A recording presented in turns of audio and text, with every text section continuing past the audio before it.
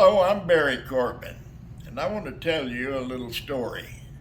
I am in a rooming house here in Hyco, Texas, and right outside this house in December 27th, 1950, Brushy Bill Roberts had a heart attack and died with his arm across the bumper of an automobile.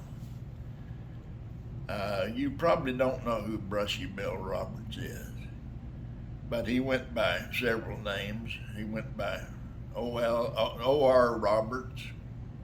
He went by Ollie Roberts. He went by the Texas Kid.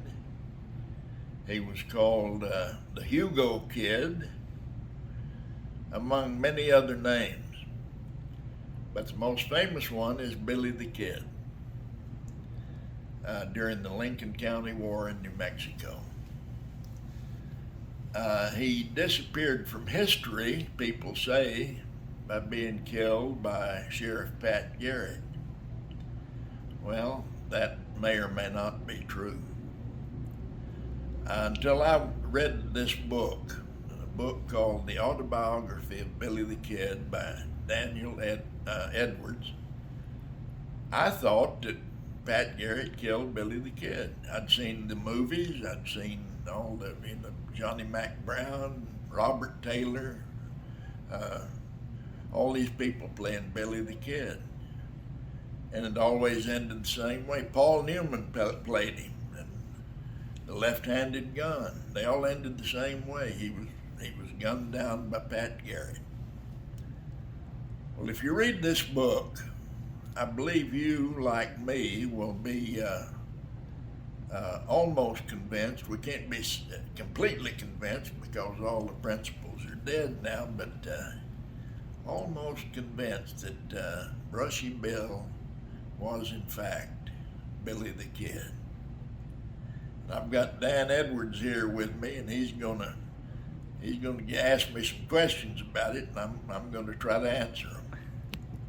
Thanks, Barry. So you told me that when you were a kid, you remember when the original newspaper story broke that this old man had gone in front of the governor of New Mexico claiming to be Billy the Kid, and I guess he had died. I don't know, but tell me that story about when you were 9, 10 years old. I was 10 years old when Brushy Bill Roberts died here in Hyco, and I read that story. I'd been following the story from the time he'd come public with his true identity, and wanted a pardon from the governor of New Mexico, and wanted to have a private meeting with the governor and explain his case, and he expected the governor to give him a pardon. It turned out to be a media circus. He had deputy sheriffs there, and reporters from all over the state of New Mexico and Texas and everywhere else. And Brushy Bill had a stroke during this meeting because he was so frustrated by the thing. He never claimed to be Billy the Kid from the time of Pat Garrett's assassination of him until he ran into a man by the name of Morrison, got interested in Brushy Bill's story because he had some information that nobody could have unless he'd been at Billy the Kid's elbow all through the Lincoln County War. And it was corroborated by many people. The young man playing marbles under a tree when he escaped the Lincoln County jail tried to break his chains with a rock, and he said, "Don't bother with that, just saddle me a horse, I've got to get out of here." And so the young man saddled a horse for him, and in the meantime he had somebody else use an axe and break the chains and put the chains in his belt and mounted the horse and rode out. Things like that.